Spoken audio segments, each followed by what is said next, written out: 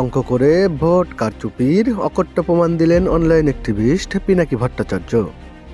13 তারিখ রাতেই পিনাকি ভট্টাচার্য ত্রয়োদশ জাতীয় সংসদ নির্বাচনের ফলাফল নিয়ে কারচুপির অভিযোগ তোলেন এবং তিনি রীতিমতো অঙ্ক করে দেখান কিভাবে এই নির্বাচনের ফলাফল বদলে দেওয়া হয়েছে। বিস্তারিত দেখুন ভিডিওতে। এটার দরকার ছিল না এইভাবে কারচুপি করার। ভোটটা সুষ্ঠু হয়েছে কিন্তু রেজাল্ট সুষ্ঠু হয়নি। 10:30 পর্যন্ত রেজাল্ট আসতেছে মোটামুটি 2 জোট পাশাপাশি আগাইতেছে, 3-4টা সিটের গ্যাপ, কখনো এই জোট একবার আগে, কখনো আরেক জোট একবার আগে, তারপরে সব বন্ধ বেশ কিছুক্ষণ, ঘন্টা 2-1, তারপরে তত্তর করে বিএনপি আগে যেতেছে।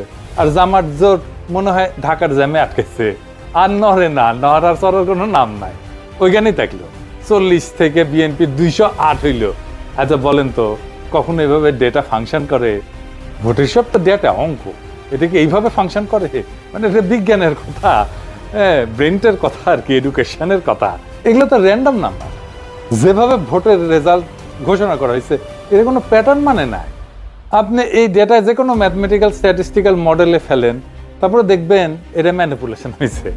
একদম সেই অঙ্কে কষে এটা বুঝাই দেওয়া হবে। আমি বুঝাই বলি একটা, ধরেন এটা 300 সিট, তাই না? 2 জোটের সাপোর্ট মোটামুটি কাছাকাছি,